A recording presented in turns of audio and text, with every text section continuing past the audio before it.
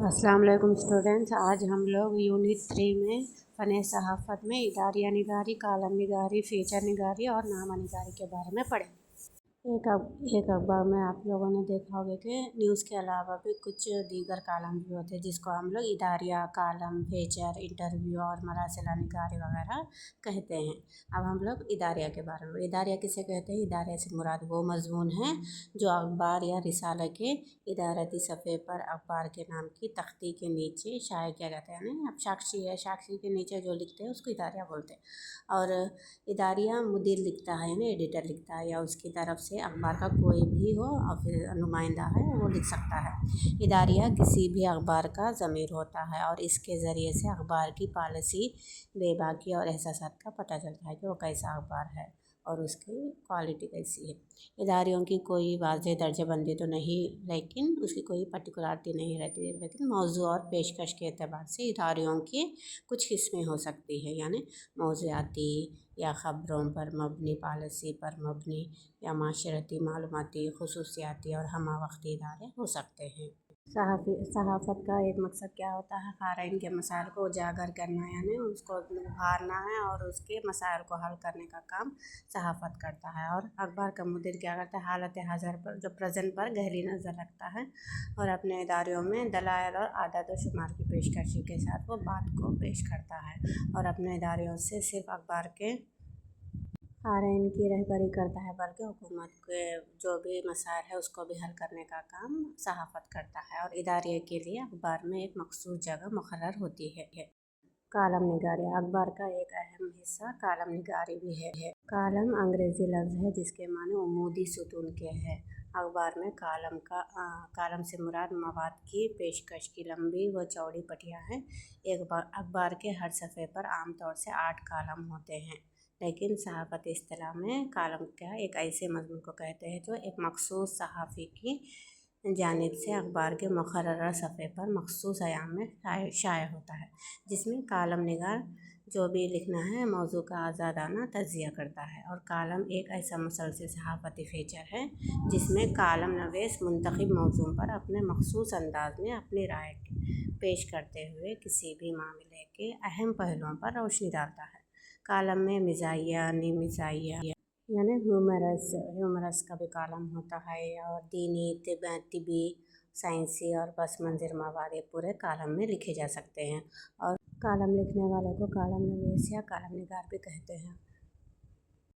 इदारिया और कालम में एकसानियत पाई जाती है। इदारिया क्या है? एक मुक़र्रर जगह पर, पर्टिकुलर जगह पर तकनीक से लिखते हैं, और कालम में क्या है? आज़ादी होती है।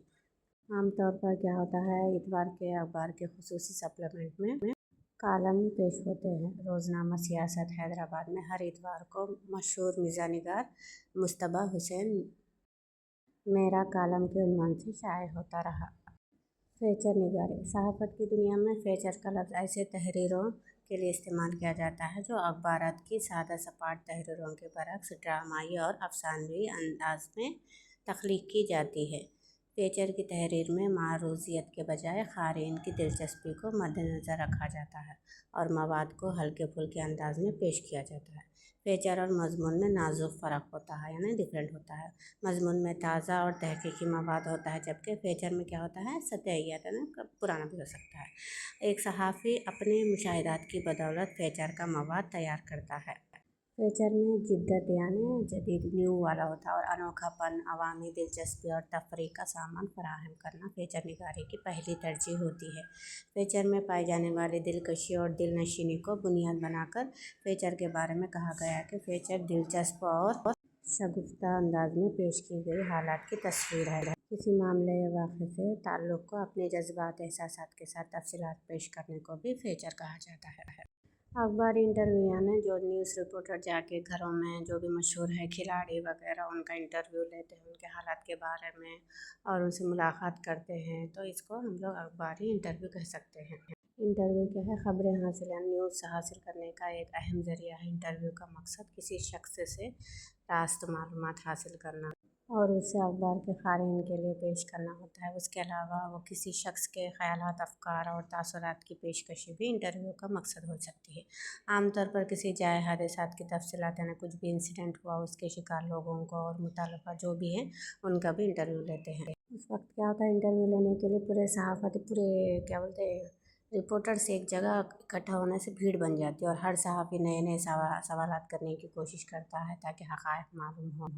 وزیر اعظم، صدر جمہوریہ یا کسی اہم شخص کے بیرون ملک سفر سے واپسی پر اخباری نمائندے ان سے راہ چلتے کچھ سوالات کرتے ہیں اور دورے کی کامیابی، اہم پیشگی وغیرہ کے بارے میں معلومات حاصل کرتے ہیں۔